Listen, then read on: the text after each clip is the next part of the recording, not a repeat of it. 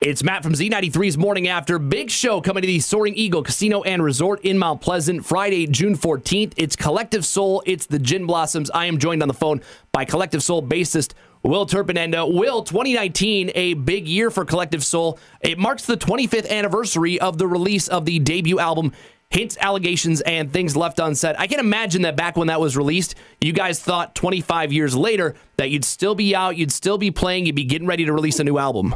Yeah, I don't think the 22-year-old was thinking past, really. We weren't thinking much past the show the next night, to be honest with you. And we just wanted people to hear more stuff. We wanted to record more stuff, and we wanted to tour a lot. But certainly, in 1994, the kids weren't thinking about a 25-year rock and roll career and 10 studio albums later. So what do you think it is about Collective Soul? I mean, 3 original members still in the band. That's kind of unheard of. And a band that still, after 25 years, is gearing up to release a new album this month, is still out there playing shows. When a lot of the bands that would have come out in 94, a lot of those bands have kind of fallen to the wayside. They've split up. Things have happened that have led them to stop touring or stop recording. Yeah. And yet Collective Soul is still out there doing it. Yeah, I mean, there's definitely, some strength in the fact that we've known each other our whole lives. I mean, my earliest memories, I knew who the Rowland brothers were. So we grew up in the same little town, and yeah, we've got Johnny Rabb on drums now, and Jesse's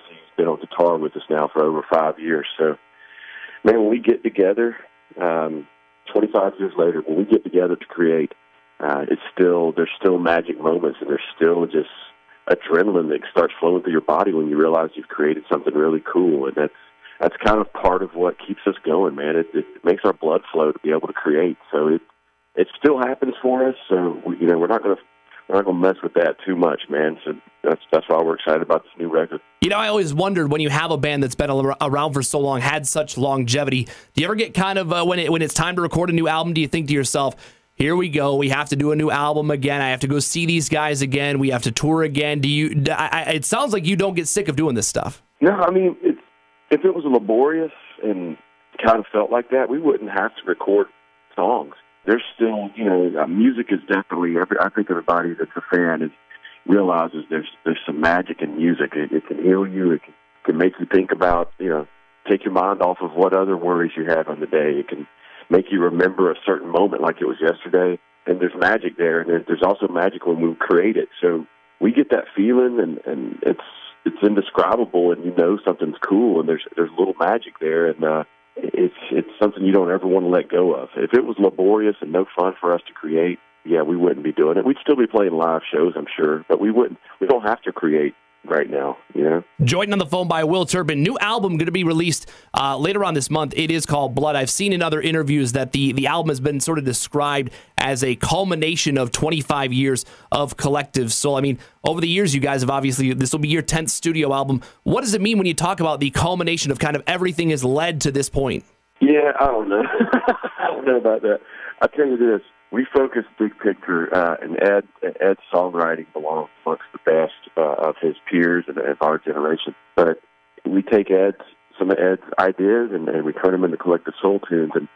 And what we focus on is trying to service the song. And by doing that, we get in each other's heads, and we try to just relax and find a wave of positivity out there. Because ultimately, if we can understand what this song's about, find the right vibe, and put that down on a hard drive these days, used to be tape. If we can get that on a hard drive and capture that emotion, that's, at the end of the day, I think that's what people gravitate towards. If there's emotion in the music and makes them stop and think and makes them feel a certain way, that's something we don't take lightly, and it still fuels me. How easy is it for you guys, having been together for 25 years at this point? Once you get into the studio, Ed comes along with some lyrics, and then you guys, I mean, how quickly does a song come together for Collective Soul? I mean, it's when it's right, it does come together rather quickly.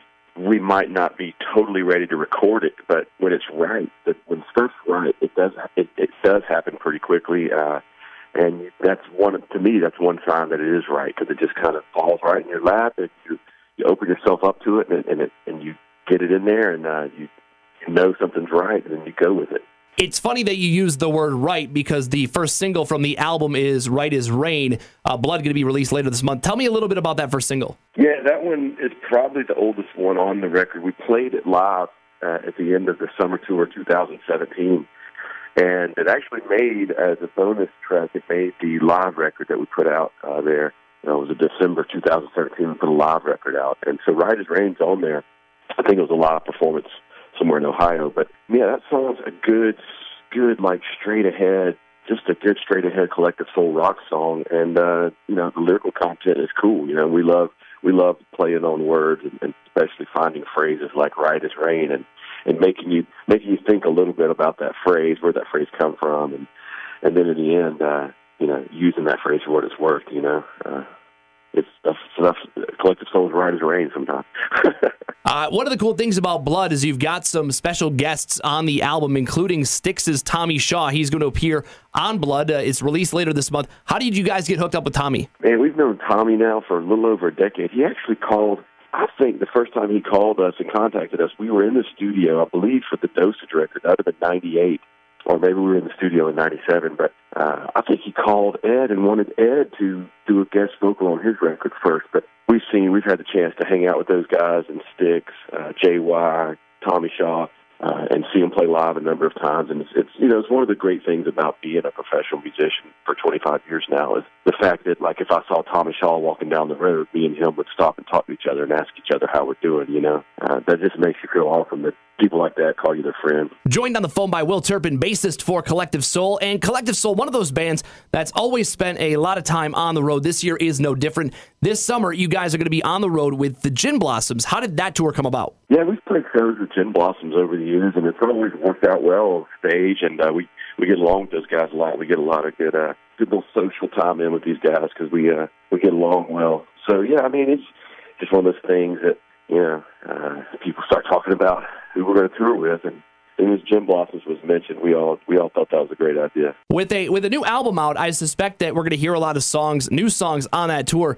But I imagine it's difficult for a band like Collective Soul. I mean, you think about all the hits you guys have had over the years, Shine and Gel in December, and Counting the Days, and so many others. How tough is it to kind of create a set list where, okay, you're keeping the fans that want to hear the hits happy, but you guys get to play some of the new songs? Yeah, I mean, we're playing anywhere between like 4 and 6 new songs on the set list right now.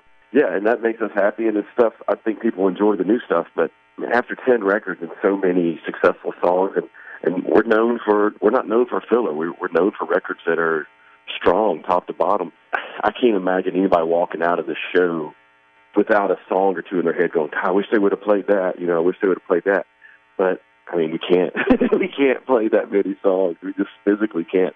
Of course, we love playing the hits. We're not that band that's too cool to play the hits. And, we're only going to play our new stuff for you. I kind of take offense to that, actually. But, we do our best. We do our best to mix it up. Let's just say that. And it's really just about the energy of the crowd, the show. So we make sure that the highs are highs, and then we would settle down into some low vibey stuff, and then we bring it back up at the end. It's just more about a flow than picking songs, because we know we can't pick all the songs that people want to hear. Collective Soul and the Gin Blossoms going to be at the Soaring Eagle Casino and Resort coming up on June 14th. Will, I assume with all of the new album out and all the touring going on, you guys are probably going to be busy for the next year or two on this album cycle. I know you released a solo album back in 2018, so you guys always stay busy. Yeah, man. I mean, we do. We like I said, we love.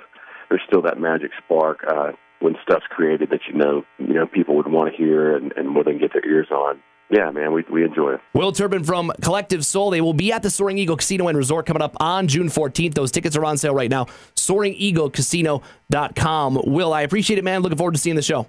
Cheers, man. Have a good time, man. Thank you.